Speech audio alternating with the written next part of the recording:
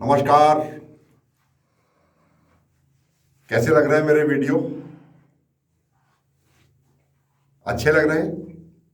मैं कोशिश करता हूं कि हमेशा फाइलों में दबी हुई सच्चाई अपने दर्शकों तक हिमालय दर्पण उत्तराखंड डिजिटल.com और यूट्यूब पर जुड़े हुए मेरे साथियों तक मैं उन तक सच्चाई पहुंचाऊं, ये मेरा प्रयास है।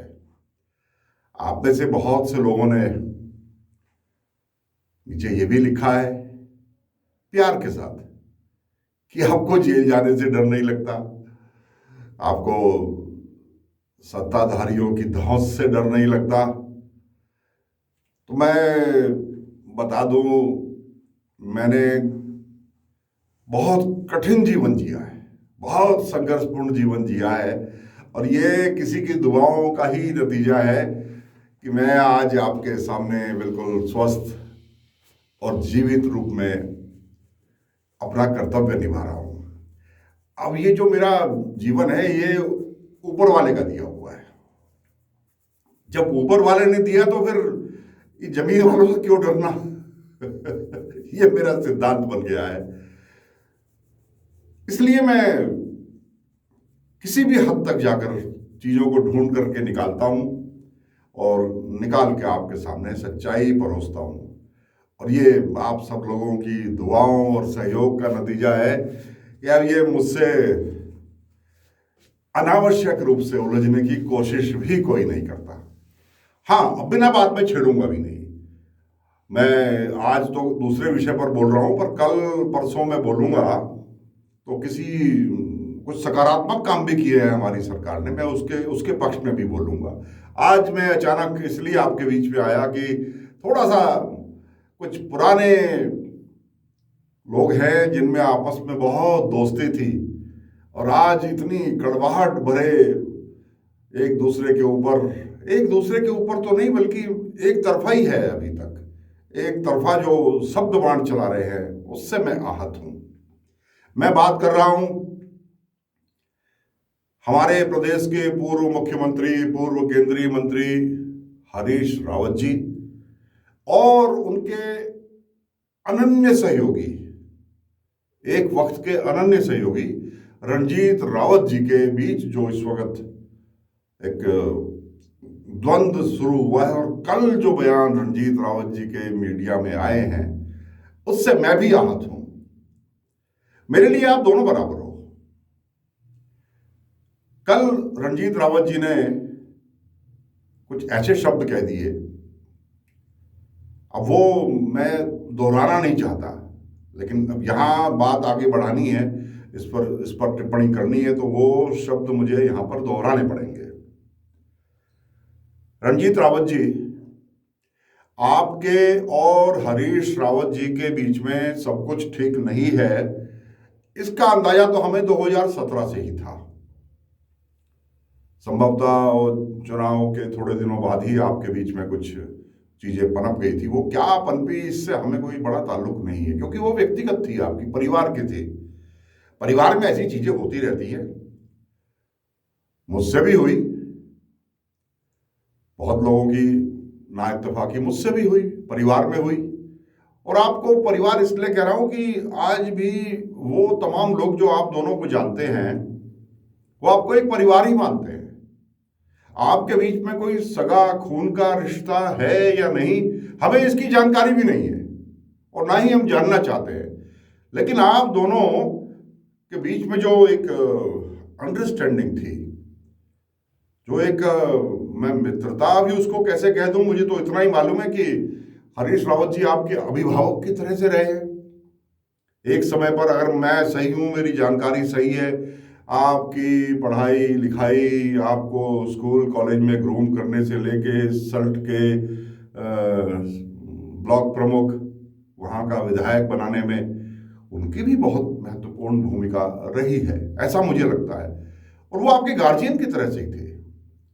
मुख्यमंत्री बने तो उन्होंने आपको भूला नहीं, आपको भूले नहीं। वो अपने ही कक्ष के बगल में आपको मुख्य सलाहकार बनाकर बिठाया और आपने एक शेर की तरह राज चलाया, ये मैं मानता हूं।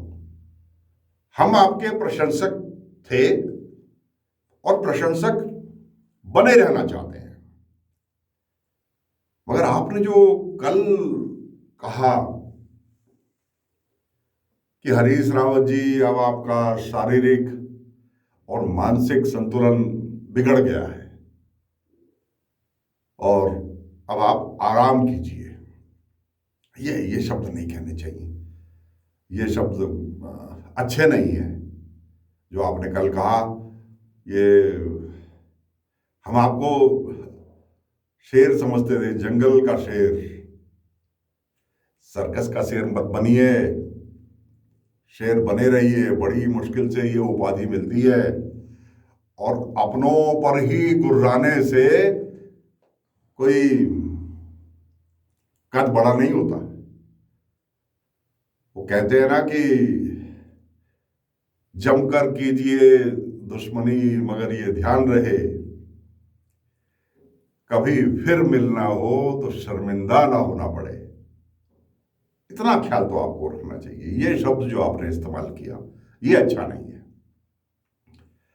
मैं आपको याद दिला दूं, रणजीत रावत जी शायद मेरी उम्र के ही हो या हो सकता है मुझसे थोड़े से छोटे हो, लेकिन कहीं ना कहीं मुझको ऐसा लगता है कि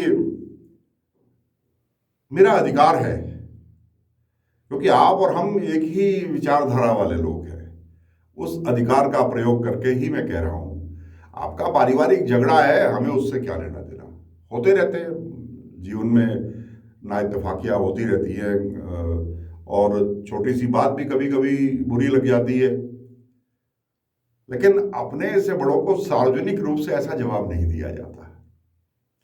हमें तो इतना मालूम है कि जब हरीश रावत जी के पास सत्ता आई तो उन्होंने अपने तमाम लोगों में उस सत्ता की ताकत का विकेंद्रीकरण किया और विकेंद्रीकरण के सबसे बड़े केंद्र आप थे ना। आपका कहा लोग, मुख्यमंत्री का कहा हुआ वाक्य, उनका कहा हुआ आदेश, उनका कहा हुआ नीति वाक्य मानते थे, अधिकारी मानते थे, अधिकारियों में आपका लोहा था। अब आप अच्छे नेता, अच्छे जनप्रतिनिधि बन पाए कि नहीं बन पाए, ये तो आपके क्षेत्र की जनता जानती है। मगर हम सिर्फ इतना चाहते हैं कि आप एक अच्छे व्यक्ति के रूप में पहचाने जाए। उस पहचान के ऊपर कुहासा मत छाने दीजिए। हरीश रावत जी अब क्या प्रतिक्रिया देंगे ये हमें नहीं मालूम, या देंगे भी कि नहीं देंगे। मैं ईमानदारी से बता रहा हूं, 2017 के चुनाव के परिणाम जिस रोज आ रहे थे विधानसभा के, मेरी हरीश रावत जी से उस दिन के बाद ना तो मुलाकात हुई, जब परिणाम आ रहे थे मैं उनके पास उस वक्त गया था। 2017 के परिणाम जो संभवतः मार्च में आ रहे थे, होली थी एक आध दिन के बाद, 2 दिन के बाद, मैं उसके बाद ना उन्हें मिला, ना कभी मेरी फोन पर वार्ता हुई। लेकिन मैं राजनीति का विद्यार्थी हूं। आप और मैं तो 1-2 बार उसके बाद भी अपने कॉमन फ्रेंड्स के यहां मिल गए, तो मेरा ना आपसे कोई लगाव, ना आपसे कोई दुश्मनी। आप राजनीतिक रूप से मेरी विचारधारा के व्यक्ति हो, मैं आपकी प्रगति चाहता हूं, मैं चाहता हूं आप आगे जाएं। मगर कल आपने निराश किया अपने चरित्र के, अपने घोषित चरित्र के, जिस चरित्र के लिए आपको जाना जाता है, कल वो आप उस पर कल खरे नहीं उतरे। ये आपको मैं कहना चाहता हूं। आप एक दबंग स्वभाव के व्यक्ति हो और मुझे ऐसे लोग पसंद हैं।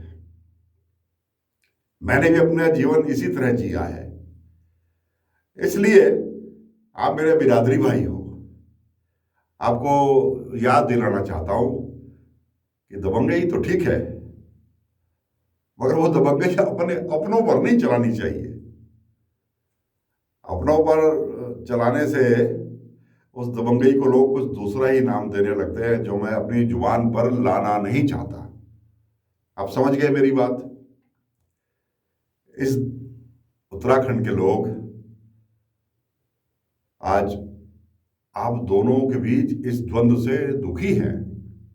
ये ना आपके परिवार के लिए अच्छा, ना आप दोनों के समर्थकों के लिए अच्छा, और ना ही वो कांग्रेस पार्टी जिसके लिए आप लोग काम करते हो, जिसके आप सिपह सलार हो, ना ही ये उसके लिए अच्छा।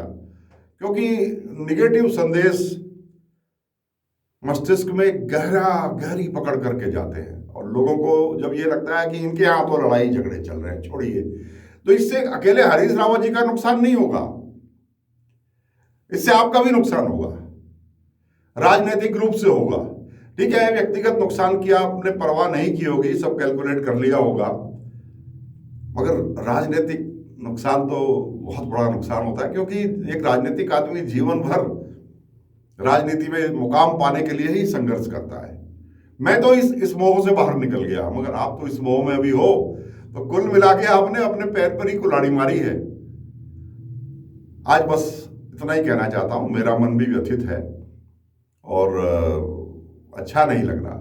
हो सके तो कहीं ना कहीं अपने इन शब्दों को वापस ले लीजिए और वापस लेकर एक नई पारी शुरू करिए।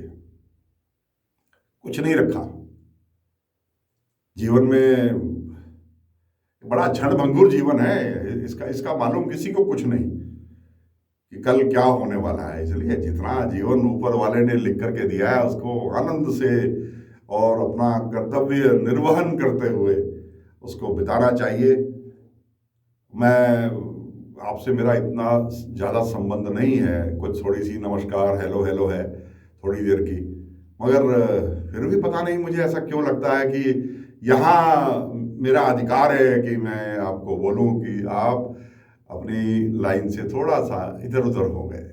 मुझे उम्मीद है कि आने वाले दिनों में आप दोनों के बीच मैं फिर से वही पुरानी मित्रता देखूं, और ये जो आज कड़वाहट आज पैदा हुई है आपके बयान से, अभी हरीश रावत जी ने तो कुछ कहा नहीं, वो क्या कहेंगे भी कि नहीं कहेंगे, मैं उस पर भी निगाह रखूंगा, मगर थोड़ा सा अपना बदलिए अपने व्यवहार को। गुस्सा भी है तो गुस्से को शांत कीजिए। वक्त अच्छे अच्छे घावों को भर देता है। बस आज इतना ही। और ये उत्तराखंड की राजनीति इसलिए कि मेरा कोई कांग्रेस पार्टी से कोई लगाव नहीं है, और सच बोलूं अब मेरा भाजपा से भी कोई दुश्मनी नहीं है, क्योंकि मैंने व्रत लिया है कि मैं जब इस कैमरे के पीछे खड़ा होऊंगा ना हिमालय दर्पण के लिए, तो मैं सच बोलूंगा। तो मेरा भाजपा से भी कोई दुश्मनी नहीं है, उनके मैं गुण दोष के आधार पर ही अपनी बात कहता हूं। जो अच्छी बात होगी मैं वहां उनकी तारीफ करूंगा। मत कहना कि मैं भाजपा सरकार के दबाव में आ गया या मुझे कोई लालच दे दिया गया, ये मत कहिएगा। मैं जिस वक्त आलोचना करता हूं तब भी तथ्यों के साथ, और जो बात अच्छी लगती है वो भी मैं तथ्यों के साथ ही बोलूंगा। इसलिए इसे एक सामाजिक दायित्व के रूप में आज की जो मेरी चर्चा है उसको लीजिए। आप सबका मेरे साथ इतनी देर तक जुड़े रहने के लिए बहुत बहुत आभार। मैं आपका सुभाष शर्मा आपसे एक बार फिर से विदा लेता हूं। नमस्कार।